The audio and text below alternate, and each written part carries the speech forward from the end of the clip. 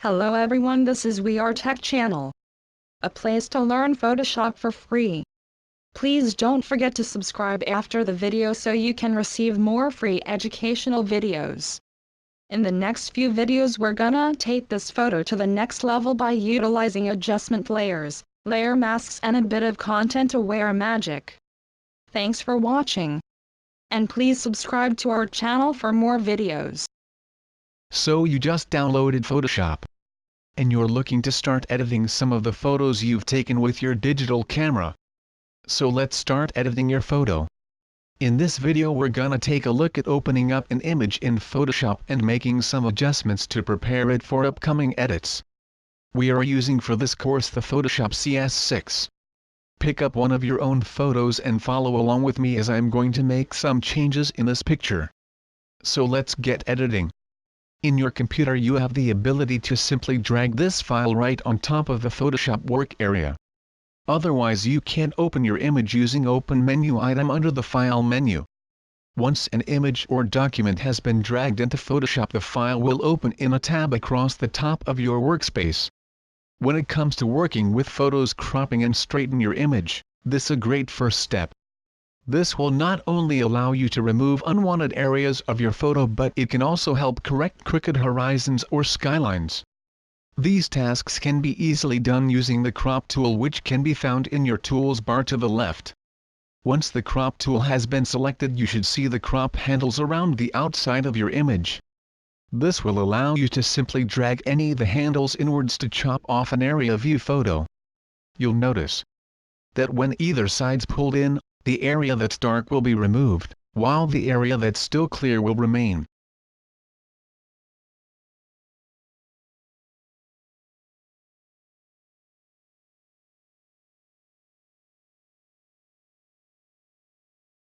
Now before the image is cropped, we should take a look at the options that come with the crop tool, which can be found on your options bar at the top. The first drop down, it will give us a few options as to the aspect ratio of the crop.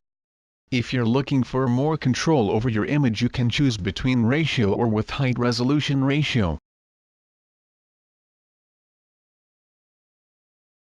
This allows you to enter a specific aspect ratio in the field to the right, such as 4:3 or 16:9.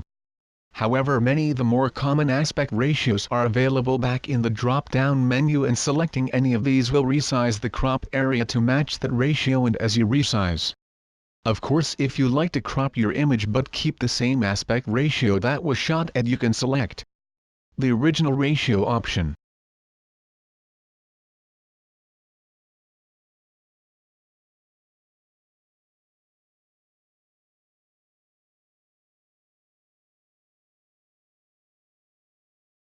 This means if the image was taken with a 4:6 aspect ratio, and as you resize, the ratio remains constrained.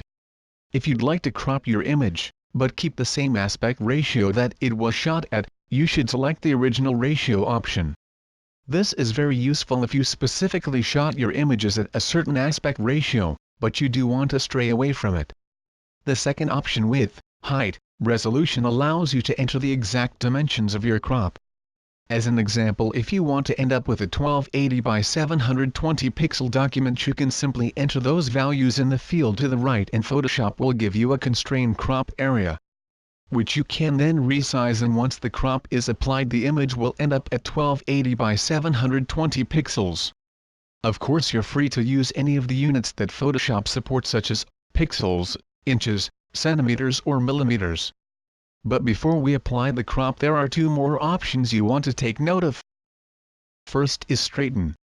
Many times you will find yourself taking a picture of a horizon, only to realize that you took the picture on an angle.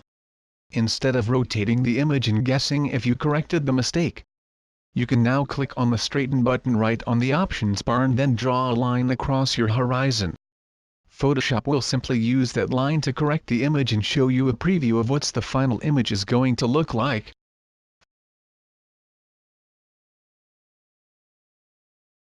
Finally, the last option you want to look at is delete cropped pixels.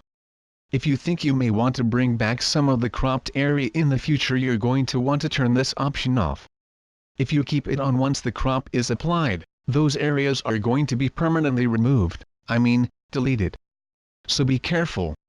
Now that the image is looking better, we can apply the crop by pressing this check mark on the options bar, or the return key on your keyboard.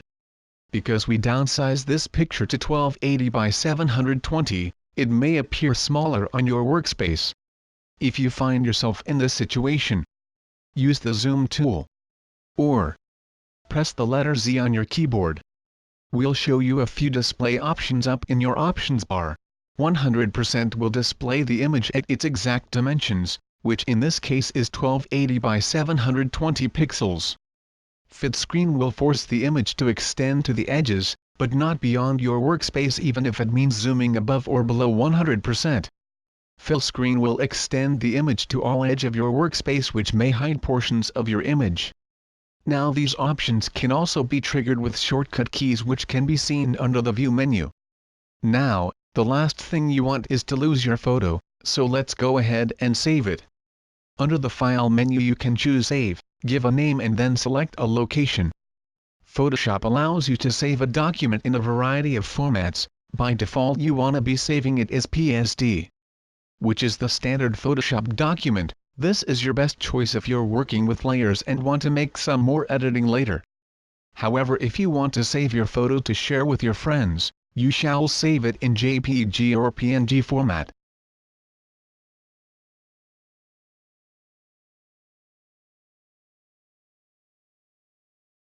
The Save for Web feature will allow you to save a copy in a common image formats for quick and easy sharing.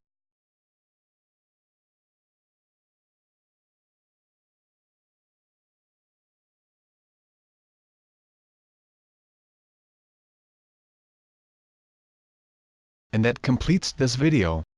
You just learned that by using the crop tool you will be able to remove unwanted parts of the image. Thanks for watching. And please subscribe to our channel for more videos.